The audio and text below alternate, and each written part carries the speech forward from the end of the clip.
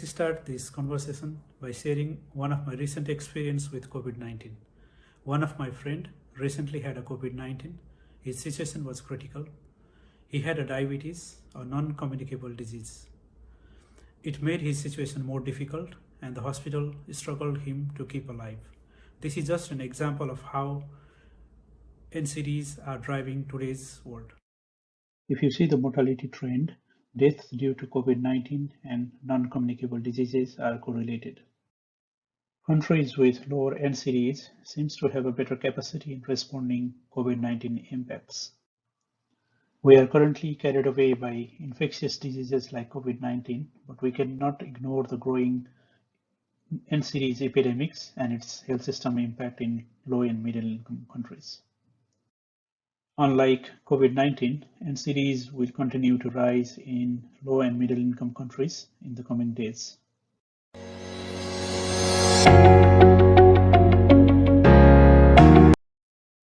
People in developing countries are exposed to harmful health behavior and sedentary lifestyle than those in the past. The changes in lifestyle also changed the disease pattern in these countries. Disease pattern in developing countries shows increasing deaths due to non-communicable diseases and declining deaths due to infectious diseases. Deaths due to NCDs are increasing rapidly in developing countries than in the developed countries. This will have health system and development implications for developing countries.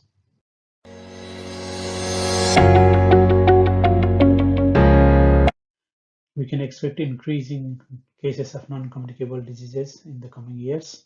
The probability of dying from non-communicable disease is higher in low and middle income countries, particularly in sub-Saharan Africa. It is unlikely that the Sustainable Development Goal 3.4 will be achieved in low and middle income countries unless they substantially reduce their existing mortality rates from non-communicable diseases. Only 30 to 35 high-income countries are expected to achieve their SDG 3.4 if the present mortality rate continues. We should also note the ongoing threats of infectious diseases. Diarrheal diseases, for example, will continue to persist in countries with disparities in access to safe drinking water. This requires developing countries to balance their resources in non-communicable diseases as well as infectious diseases.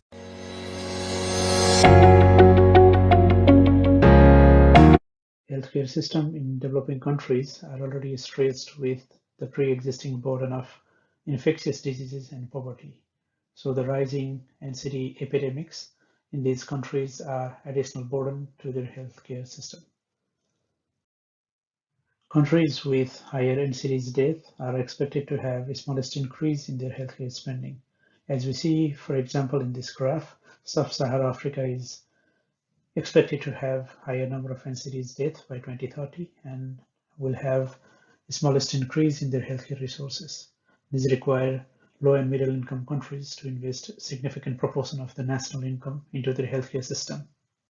Low income countries need additional $1.27 per person per year for next 10 to 15 years to solve the problem of non-communicable diseases.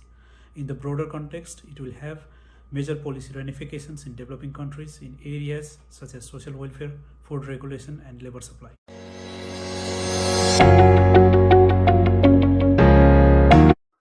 This is a wicked and ill-defined development challenge that exceeds the problem-solving capacity of health sector or any other sector in silos.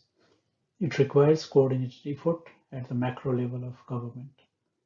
One typical example is an economic policy that increases excise taxes on tobacco and alcoholic beverages. Other similar example could be agricultural policy that promote healthy food. $1 investment in this kind of public policy generate economic benefit of up to $13. Health sector response involve reshaping the existing healthcare system so that treatment and diagnosis for non-communicable diseases are accessible and equitable. We also need interventions at community level to promote physical activities and healthy eating.